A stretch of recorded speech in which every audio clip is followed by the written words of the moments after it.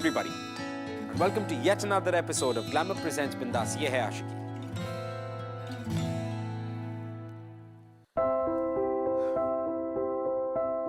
You know, जिंदगी में family और सोसाइटी के अलावा भी एक चीज बहुत इंपॉर्टेंट होती है और वो होती है आपकी इनर वॉइस, आपकी कॉन्शियस वॉइस, अंदर की आवाज जिसे हम कहते हैं. अब जो इंसान वक्त रहते इस अंदर की आवाज को सुन ले और पहचान ले, बस उसे अपनी जिंदगी का मकसद, पहचान और अपना सोलमेट सब कुछ मिल जाता.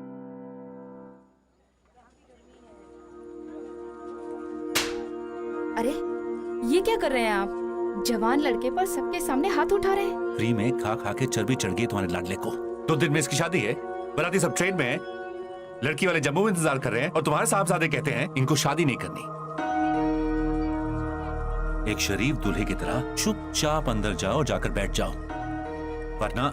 अब बस भी कीजिए. देख बेटा, हम तेरे दुश्मन थोड़े ही हैं. लड़की बिल्कुल गाय की तरह है, सीधी और गुणी. तुझे पता है ना, तेरे पिताजी ने तेरी MBA की पढ़ाई पर कितना पैसा खर्चा किया है. अब शादी तो उनकी मर्जी की ही बनती है.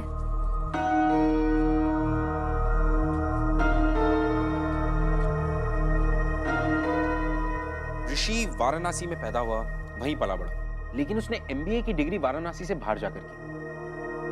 लेकिन मेरा सवाल यह है कि ये MBA की डिग्री का फायदा क्या हुआ? क्योंकि उसके पिता का उसके ऊपर अपने फैमिली बिजनेस को संभालने का प्रेशर हमेशा से बना रहा, बिना ये जाने या ये समझे कि ऋषि खुद क्या करना चाहता. उसे हमेशा से मजबूरन अपने पिता की हर चॉइस को अपनी चॉइस बनाना पड़ा. अब ऐसे में किसी का दम कैसे नहीं घुटेगा?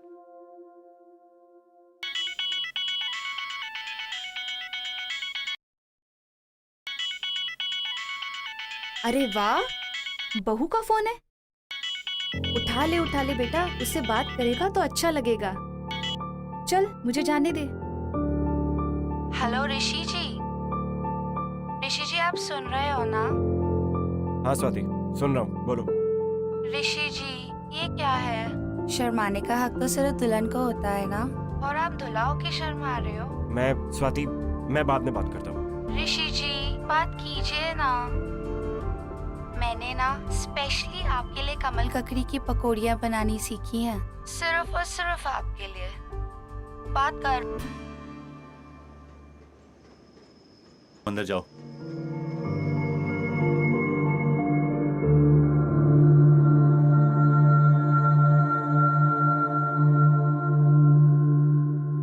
लेकिन ये जो प्यार की हवा होती है ना, ये बहुत ही अलग होती है.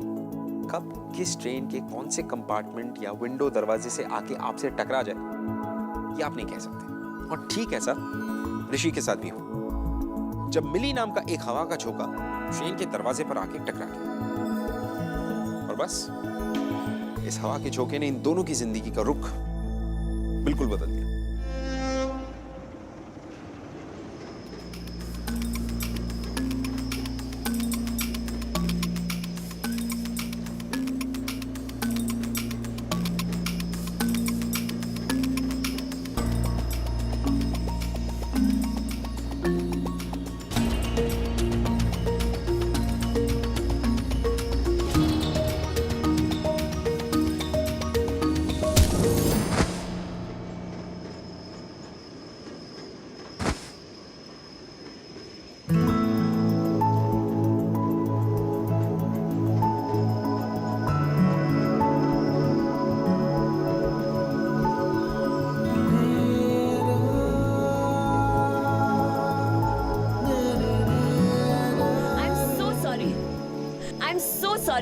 I'm sorry.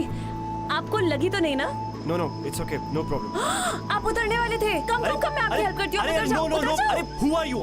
Are you mad? Train कितनी फास्ट है, मैं उतरूंगा तो मैं मर जाऊंगा. अरे फास्ट नहीं है, बहुत स्लो है. मैं तो आराम से उतर जाती हूँ यहाँ से. उतर जाओ. अरे नहीं, बातों से इतनी ओवर कॉन्फिडेंट लग रही हो जैसे कोई डेली पैसेंजर हो. और तुम्हें देख के लग नहीं रहा कि तुम ट्रेन में ट्रैवल करने वालों में से हो. तुम मेरे कॉन्फिडेंस को फेक कह रहे हो.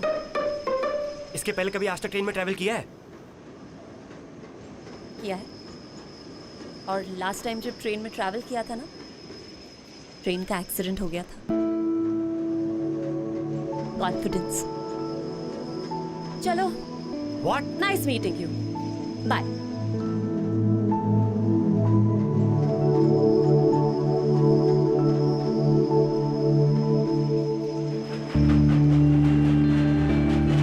ऋषि का मन तो यूं कर रहा था कि वो ट्रेन से कहीं कूद जाए, क्योंकि वो नहीं चाहता था कि उसके पिता उनकी पसंद की कोई लड़की को उसकी जिंदगी पे ऐसे ही थोप दे। और उसके डैडी समझने को तैयार ही नहीं थे कि ऋषि ने वाराणसी के बाहर ना सिर्फ एक पढ़ाई कंप्लीट की है, बट उसने एक अलग दुनिया देखी, अपने सपने देखे जिन्हें वो पूरा करना चाहता था, जो शायद उसके डैड के रहते पूरे नहीं हो सकते थे। और जिंदगी की ऐसी सिचुएशन में मिली का उसकी लाइफ में आना was nothing less than a blessing.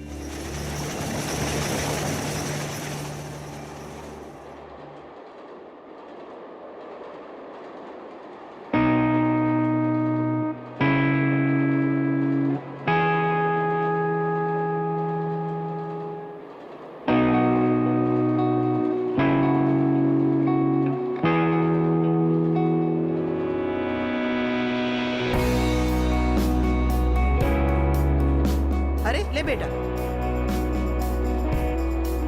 जीजी तुम लेट जाओ, लगता है तुम बहुत थक गई हो। नहीं, हम यहाँ बैठे ही ठीक हैं। लेटने के लिए ऊपर की सीट पर जाना होगा। दरअसल हमारे जोड़ों में बहुत दर्द है। ऊपर जाने की क्या जरूरत है, हम यहीं कुछ एडजस्ट कर लेते हैं, आप नीचे लेट जाओ। नहीं, कोई जरूरत नहीं है मेहमानों को परेशान करने की। अगर आप ऊपर नहीं जा सकती तो चुपचाप यहाँ बैठे रहिए। आंटी, आंटी आप एक काम करिए, आप मेरी सीट पे आ जाइए, मुझे कोई प्रॉब्लम नहीं ऊपर जाने में। आइए। हमें किसी अजनबी से कोई मदद नहीं चाहिए। ओह, हेलो अंकल, मेरा नाम मिली है। नमस्ते नमस्ते नमस्ते नमस्ते। अब हम अजनबी नहीं है। आंटी आ जाइए। चुपचाप यहीं बैठे रहिए। अरे आप ऐसे कैसे कह सकते हैं आंटी को? उनकी मर्जी, वो जहाँ चाहे वहाँ बैठ सकती है। आप जबरदस्ती कैसे कर सकते हैं उनके साथ? तुम शांत हो जाओ बेटा। अब हम यहाँ अपनी मर्जी से ही बैठे हैं। आंटी यू नो व्हाट, ये आपका जो नजाकत भरा रूप है ना, सीधा साधा अंकल की हर बात मानने वाला, इसी की वजह से वो आपका फायदा उठाते हैं। आप मुझे एक बात बताइए, करवा चौथ वाले दिन अगर अंकल आपको बोलेंगे आज मून नहीं है, आज सन मून है, तो आप सन को देख के करवा चौथ का फास्ट तोड़ देंगी? नहीं ना? नहीं। सेल्फ रिस्पेक्ट की भी तो कोई बात होती है ना aunty. This is not fair, ये बहुत गलत है। अगर आपको यहाँ पे आके बैठना है, आप बैठ सकती है। आप अंकल को क्यों पूछ रही है? आइए आइए।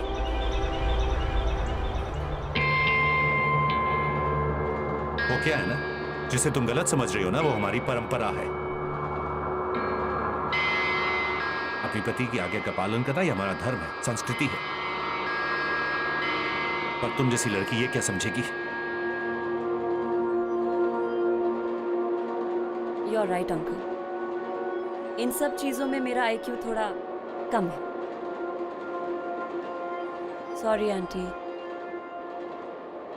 फट्टू।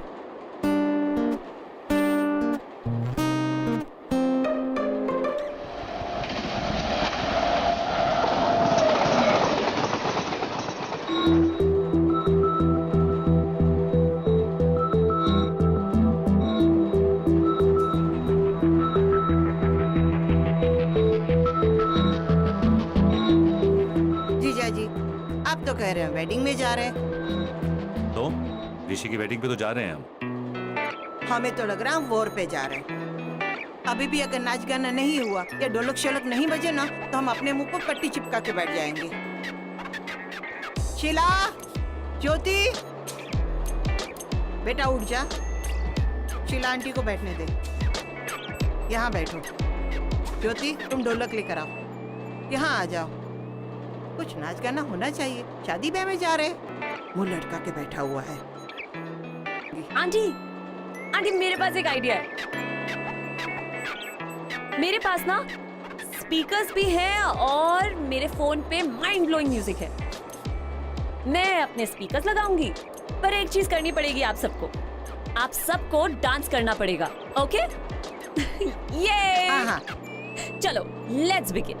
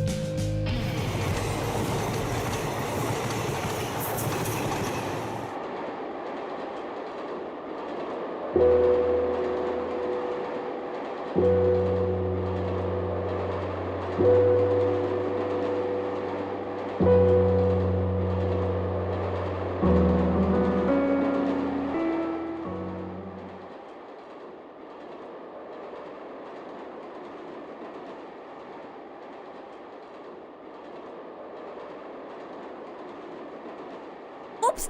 Ouch!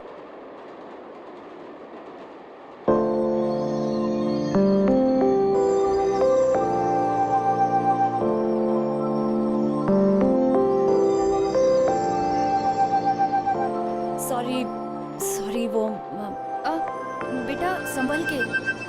हाँ सॉरी वो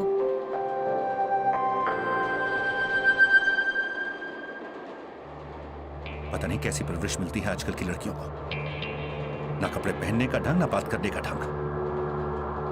क्या परिवार बसाएंगी और क्या बच्चे पालेंगी?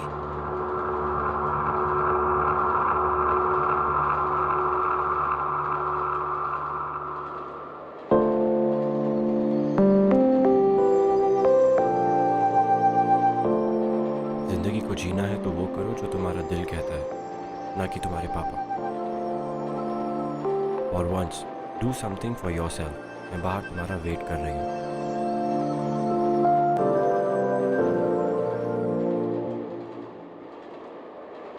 आप लेंगी?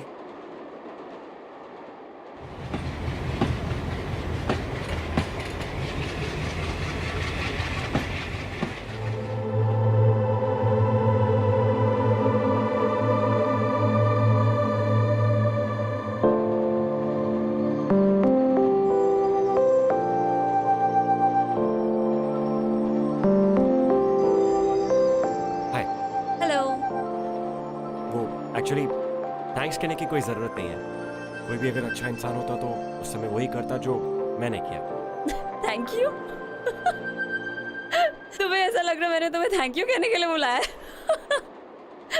सॉरी। वैसे क्या देखा तुमने? एक्चुअली हम दोनों इतने पास थे ना एक दूसरे के, कुछ देखने का मौका ही नहीं मिला। Bad luck. Bad luck, you are such a cheapster. तुम्हारे साथ डांस किया, तुम्हारी गोद में गिरी, उसका तुम ये मतलब निकाल रहे हो, राइट? Anyway thank you. वो आज तुमने मेरी मॉम को जो सपोर्ट करा मेरे डैड के सामने।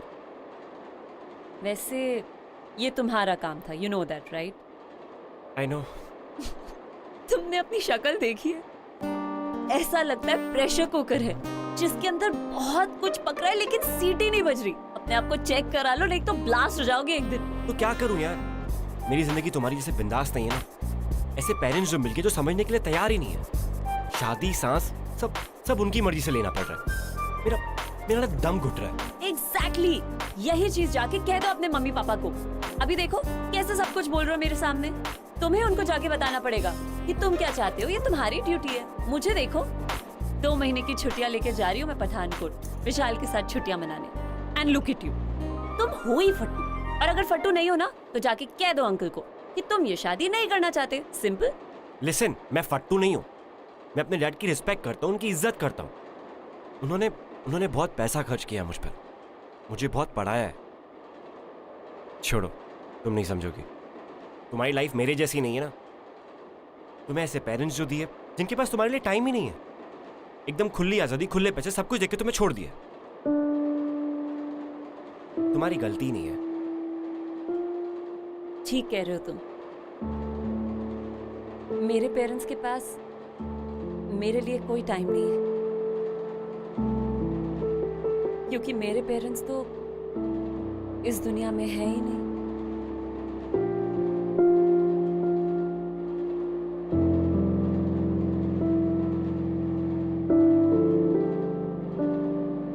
पाँच साल पहले वाराणसी के पास एक ट्रेन का एक्सीडेंट हुआ था। उसमें मेरे पेरेंट्स की डेथ हो गई। और हाँ, तुमने खुले पैसे की बात भी बिल्कुल सही की।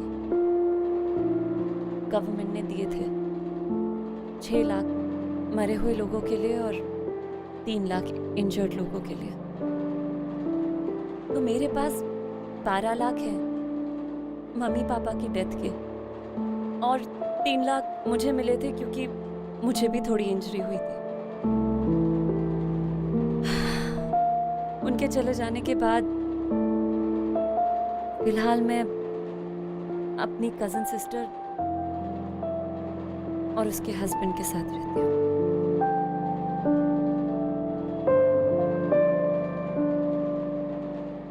Never mind. Listen, अब जो मैंने तुम्हें बता दिया कि मैं रिच हूँ, मेरे पीछे मत पड़ जाना, okay? See you.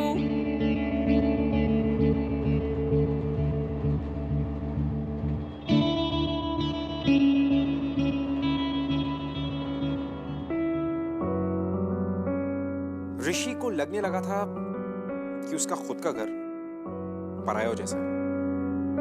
He felt like an outsider. लेकिन इसके साथ साथ उसे ये भी लगने लगा था कि उसने कहीं ना कहीं अपनी जिंदगी जीना। अब वो अपने पेरेंट्स के लिए एक आदर्श बेटा जरूर था, पढ़ाई में भी अव्वल था, लेकिन फिर भी इस सब के बाहर भी एक अलग और एक बड़ी दुनिया थी जिसे वो देखना चाहता था, महसूस करना चाहता था। और इस अलग एहसास का नाम था मिली। और फाइनली वो ऋषि से मिलने के बाद उसे भी लगने लगा था कि Rishi is the guy that she can trust, जिसके साथ वो अपनी फीलिंग्स शेयर कर सकती है। She can share her inner demons with him.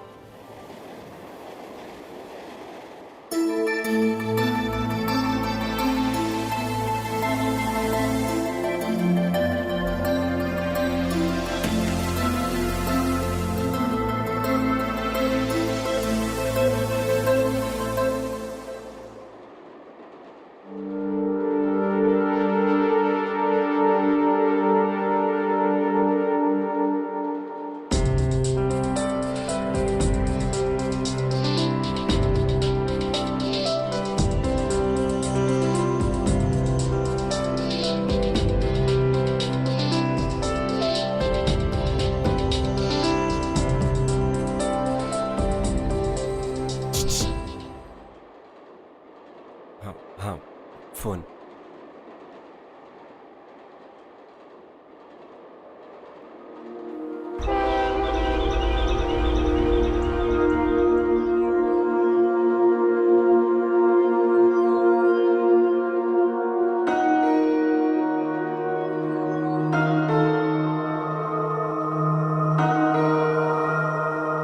तुम्हारा ध्यान कहाँ है? मेहमानों को कौन संभालेगा?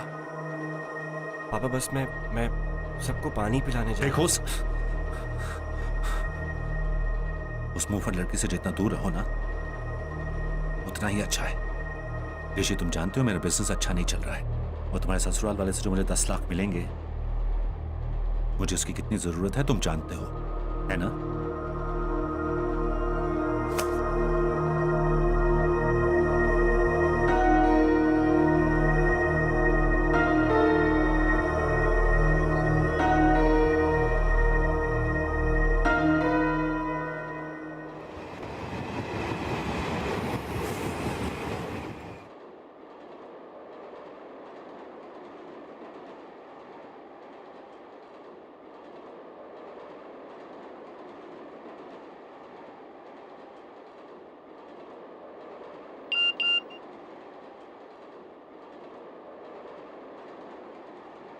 I'm really sorry.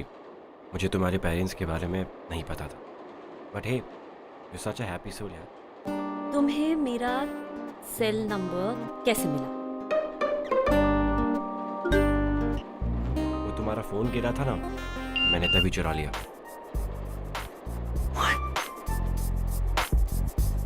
वाह वाह, आई एम इम्प्रेस। डेयरिंग का कीड़ा है तो सही तुम्हारे अंदर, बस अब बाहर आना बाकी है।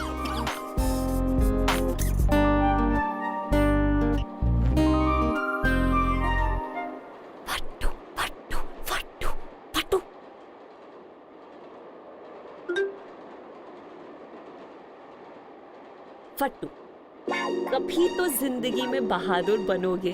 यू नो, मेरे बॉयफ्रेंड विशाल में यही एक खूबी है, उसको किसी की पड़ी नहीं है। एक दिन तो मुझे अपने रूम तक लेके चला गया था। तुम अपने बॉयफ्रेंड के साथ उसके रूम में अकेली गई थी? चीपो, डोंट गेट आइडियाज। ख्यालों में मैं उसके घर गई थी। हाँ हाँ, इसमें क्या है?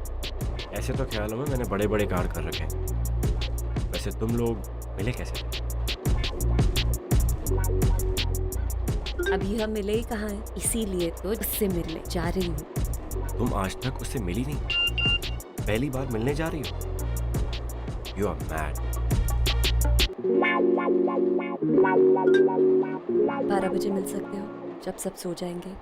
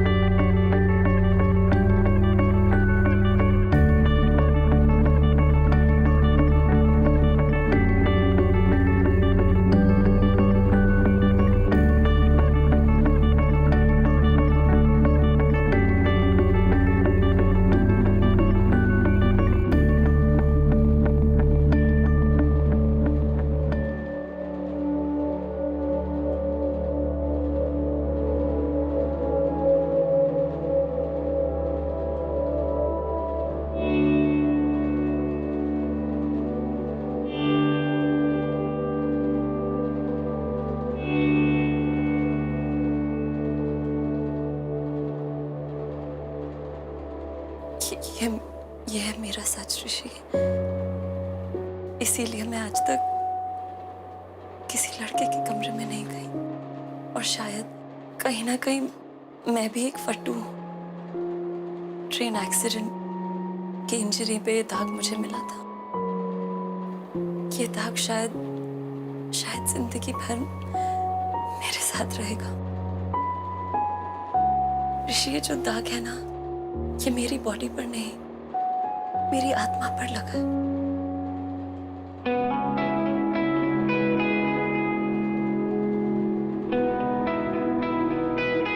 मम्मी पापा के गुजर जाने के बाद मैंने ही खुद को पाल पोस के बड़ा किया। कभी कभी खुद ही पापा की तरह डांट देती थी अपने आप को, या मम्मी की तरह पैम्पर करती थी। दुनिया ने ना हमेशा मुझे यूजलेस समझा, या मुझे हैंडीकैप समझ के हमेशा ऐसा सोचा कि मैं जिंदगी की रेस में आगे बढ़ ही नहीं सकती, कुछ नहीं कर सकती। पिछले 1 साल से रेंटेड अपार्टमेंट में अकेले रह रही हूँ। एक्सीडेंट के बाद मैं अपनी कजिन के साथ रहती थी। जिस दिन गवर्नमेंट ने कॉम्पेंसेशन भेजा ना, उस दिन मेरे जीजा जी बिल्कुल बदल गए। उनकी नजर सिर्फ और सिर्फ मेरे पैसों पर थी, जो वो अपने इलेक्शन कैंपेन के लिए यूज करना चाहते थे। इसीलिए मैंने घर छोड़ दिया। तब से भाग रही हूँ मैं उनसे भाग रही हूँ, और वो मेरे पीछे पड़े हुए हैं। इसीलिए जा रही हूँ विशाल के पास।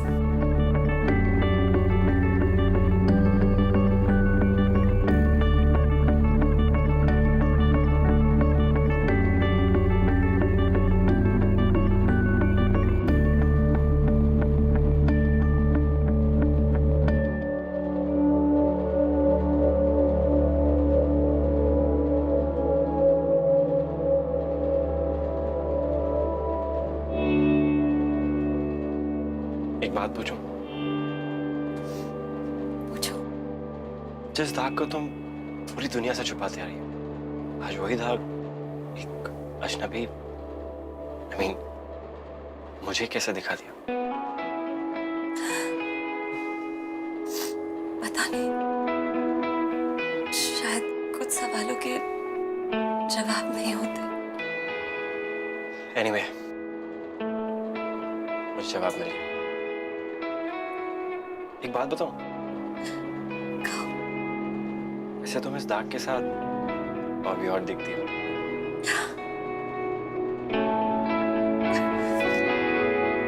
छी।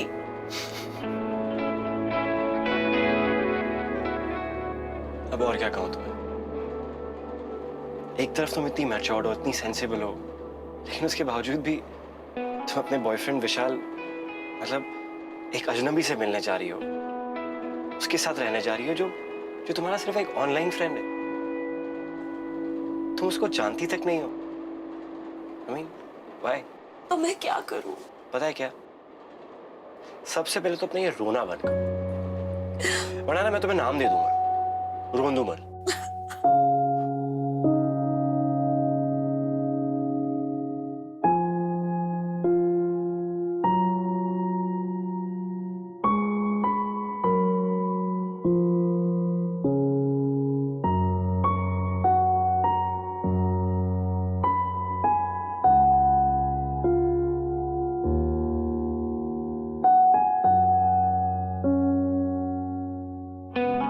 तुम्हारी शादी होने वाली है। अपनी बीवी के लिए कुछ बचा के रखो।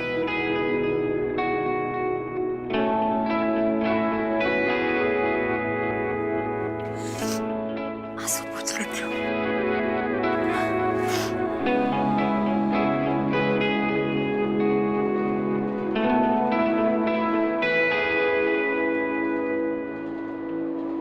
कैसी हैं आप साली साहिबा?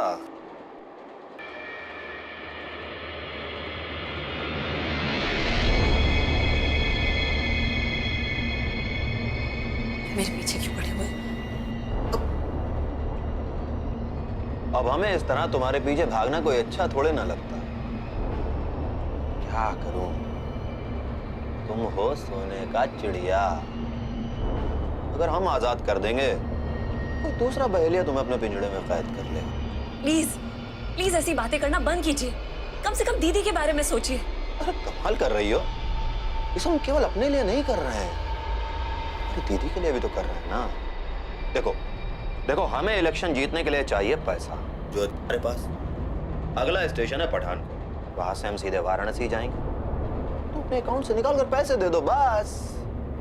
उसके बाद जहां जी करे जाओ। फिर जीजा भी खुश, साली भी खुश। ये क्या हो रहा है?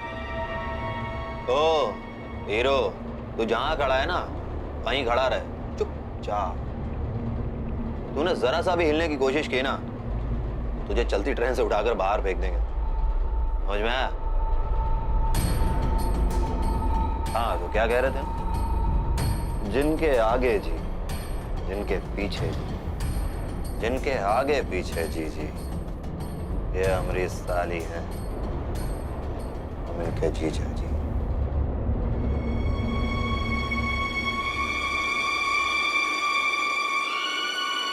छोड़िए मेरा हाथ। आओ। छोड़िए। साहबजादी घर पे बिना छोड़िए बताए मुझे। चली आई। छोड़िए मुझे, आप मेरे साथ जबरदस्ती। चुपचाप चलो, जब से ट्रेन चली तब से ढूंढ रहा हूँ तुम्हें। छोड़िए छोड़िए। छोड़िए, सामान पैक करो अपना। समझ में आया? आप मेरे साथ जबरदस्ती नहीं कर सकते। बिल्कुल चुप, कुछ सुनना नहीं चाहते हैं। क्या किया है सरफरी लड़की ने? अब क्या बताएं भाई साहब, आजकल का लड़के अपने हिसाब से ही सारा काम करते हैं। घर से भाग के आई है। मुझे तो पहली नजर में ही लगा था कि कुछ गड़बड़ है। ना कपड़े पहनने का ढंग, ना बात करने की तमीज। भाई साहब एक बात बताऊं, लड़कियों को इतनी ढील नहीं देनी चाहिए। बिल्कुल ठीक कह रहे हैं आप, थोड़ा लगाम तो कसना पड़ेगा इनका। भाई साहब ये बनारस की लड़कियां तो बड़ी तमीजदार होती हैं। ऐसी बेशरम लड़की मैंने पहली बार देखी है जिंदगी में। अंकल आप ऐसा क्यों बोल रहे हैं? बिल्कुल चुप, चुपचाप बिल्कुल तमीज से पेश आओ, वरना हम बदतमीजी पे उतर आऊंगा।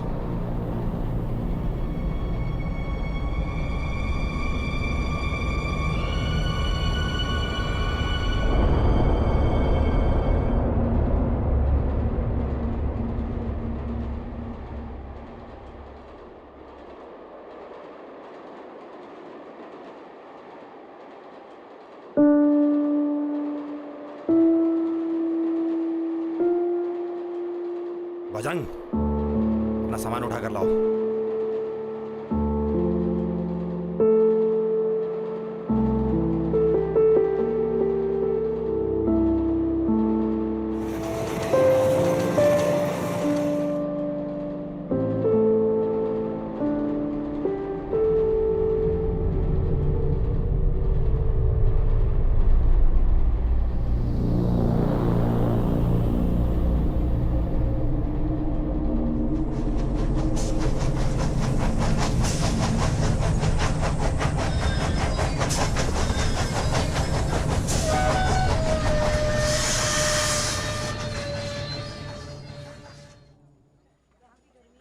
मुझे, मैं आपके साथ नहीं जाऊंगी।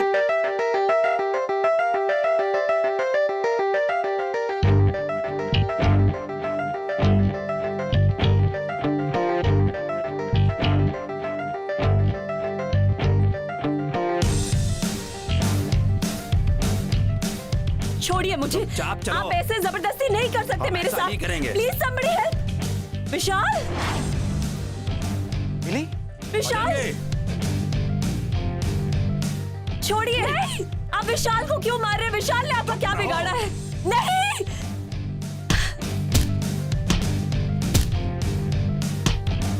छोड़िए मुझे, मुझे विशाल के पास जाना है। Somebody help, please somebody.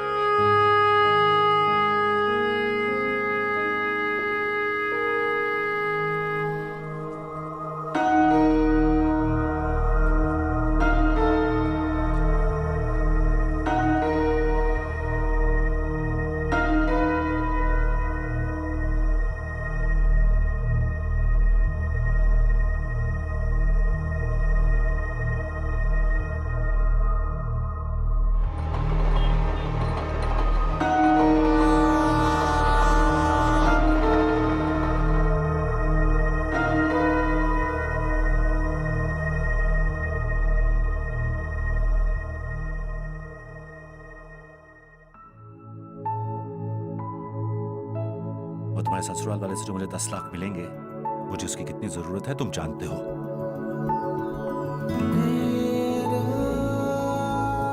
तुम हो ही फट्टू, और अगर फट्टू नहीं हो ना तो जाके कह दो अंकल को कि तुम ये शादी नहीं करना चाहते। सिंपल।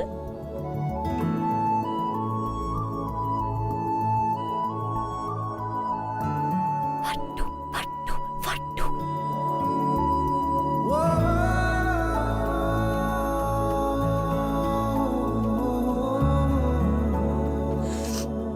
आंसू पोंछ लेती हूँ।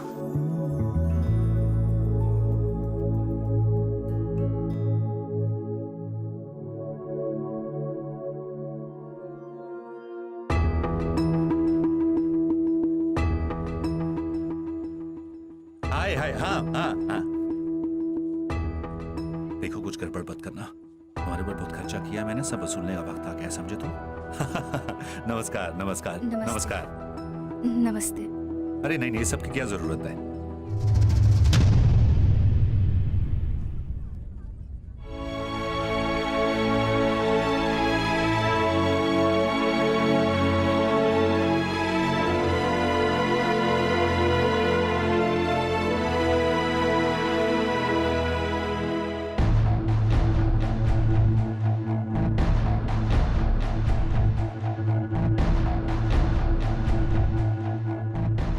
I am sorry.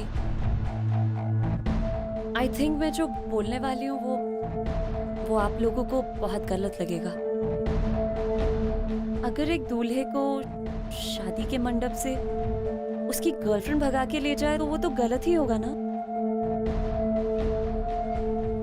अंकल ये आपकी बेटी को कभी खुश नहीं रख पाएगा। You will never be happy with him. In fact शादी के बाद तो ये खुद भी खुश नहीं होगा। बिकॉज द ट्रूथ इज ये मुझसे प्यार करता है।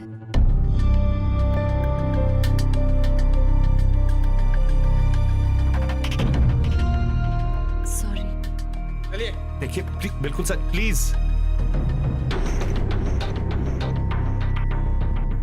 अंकल देखिए,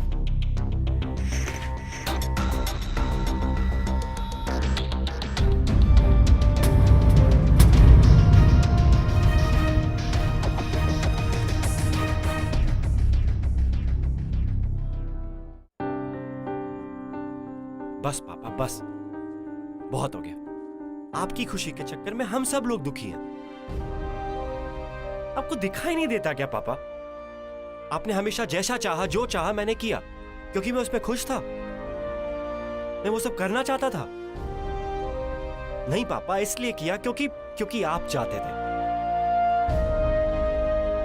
मम्मी ने भी चुपचाप वही किया जैसा जैसा आप चाहते थे। लेकिन आपने उनकी इतनी सी भी परवाह नहीं की। कहीं पे भी किसी के भी सामने उनकी बेइज्जती की। अब और क्या चाहते हैं पापा? हम क्या जान दे दें, अपनी मर जाए? बस यही तो बाकी है ना। बेटा चुप हो जा। आज मैंने फैसला कर लिया कि मैं एमएनसी में काम करूंगा और उसी से शादी करूंगा जिससे मैं प्यार करता हूं। मैं पापा को उनके बिजनेस के लिए खुद को बेचने नहीं दूंगा। ये मेरा फैसला है। अंकल ये आपके बेटे की खुशियों का सवाल है, उसकी जिंदगी का सवाल है। आपको अपने बिजनेस के लिए पैसे चाहिए ना अंकल, आप मुझसे ले लीजिए, मेरे पास है पैसे। मैं अभी आपको चेक साइन करके दे देती हूँ। अंकल प्लीज इसकी लाइफ के साथ कॉम्प्रोमाइज मत कीजिए। मैं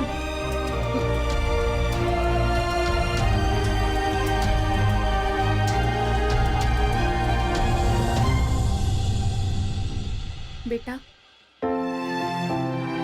आज नहीं तो कल ये तो होना ही था, और तेरे पापा वो भी मान जाएंगे।